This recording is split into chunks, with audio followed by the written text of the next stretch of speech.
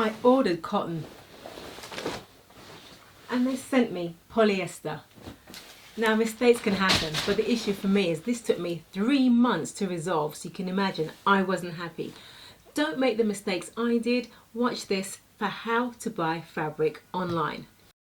Now most fabric retailers are outstanding, giving good value and good service all year round, but there's always going to be a few that aren't. To help you avoid that, first thing I suggest you do is research the retailer. Unless you've got glowing recommendations from friends and family and it's somebody new to you, check them out. Now what I didn't do was do this, and I ended up in my predicament. So learn from me, go to a trusted site such as Trustpilot, a reporting site like that. Don't just go by the star rating that the retailer has, go by what the customers say.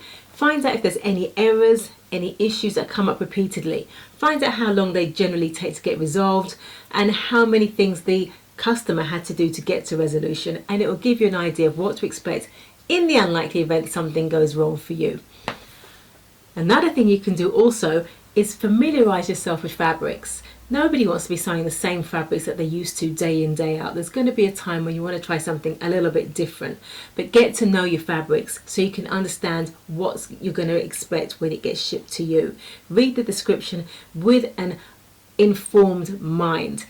Obviously, no one's going to be able to afford to buy every fabric under the sun to know what they're like. So what I suggest you do is get a book such as this, if you can. This is an excellent book. It's called The Fabric for Fashion, The Swatch Guide. The reason I like this book is it comes with, as the name says, swatches. So every other page has some fabric on it. You get to feel it, see if it's stretchy, see what the thickness is normally like, and it'll give you a good grounding so that when you see a description on a website, you can understand, well, I have an understanding of what it's going to be like when it gets here, and there's no nasty surprises. Now, a lot of online retailers offer you the option of pre-cut lengths. I like pre-cut lengths simply because they can be economically worthwhile.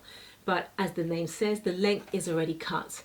Now, if you want to make a larger garment, say something that's 6 yards in length that you need, and they're only selling it by pre-cut lengths of 3, you're obviously going to have to buy 2 of the quantity. But when it arrives, what happened to me with this same retailer here is that they shipped out 2 different pattern ways. Kind of spoiled the vibe for me because that wasn't the look I was after for my garment, but that can happen. Or they can ship you 2 lengths from maybe 2 different bolts. One may be lighter than the other. So that's something to think about if you're buying pre-cut lengths, but don't let it completely put you off. Sometimes it can really be a steal. Another thing I would say is think about the colour. If you're purchasing fabric and you know that you need this fabric to match something else, you're not going to be able to tell perfectly from the resolution on your computer screen what that fabric looks like. So to get around that, see if your retailer offers fabric swatches. Swatches are like I showed you earlier, a little square of fabric where you can get it shipped to your house, you pay for the postage, and you can get it in your hand and say yes or no to that colour. Another thing to think about also is the description. Now the retailer will, in all fairness, give you all the information they have on the fabric, but it's the burden's on you to actually read that and understand what they're saying. It's very easy not even to realize that the length isn't being sold by the yard but by the half yard, and then be shocked by the small quantity you get when it ships. So just be mindful of little things like that that you might not even think about.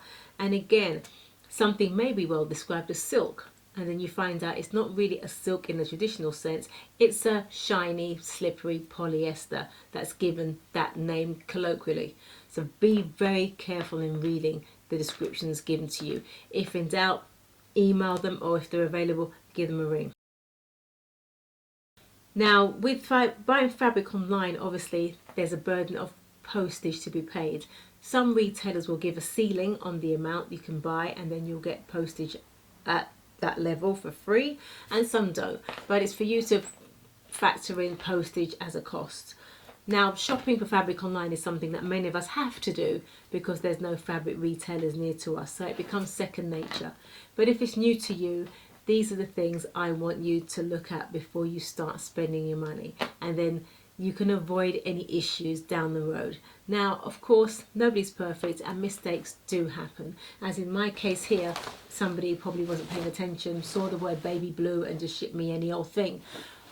So a genuine mistake can happen. So due to that, if you're buying fabric online and you need to have the thing you're making done quickly, bear that in mind.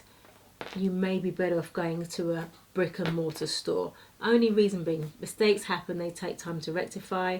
The postal service could have an issue. Your delivery may come when you're at work. You know, there's many things that can cause you not to get your fabric in hand in time. So if you know you're on a deadline, either buy way in advance or go to a brick and mortar store. So these are my quick tips for how to have a good experience shopping for fabric online. Tell me in the comments if there's anything you think I left out, but I think that will give anybody new to fabric shopping online a quick overview of things to think about. So in summary, check the retailer, understand your fabric, factor in the postage cost, and also read the descriptions very, very carefully. And if in doubt, only buy a small piece, buy a swatch. All right. Thank you for watching. If this was useful to you in any way, shape or form, let me know. Leave a good comment, like or subscribe, follow to stick around for more. Till next time, sew something sensational.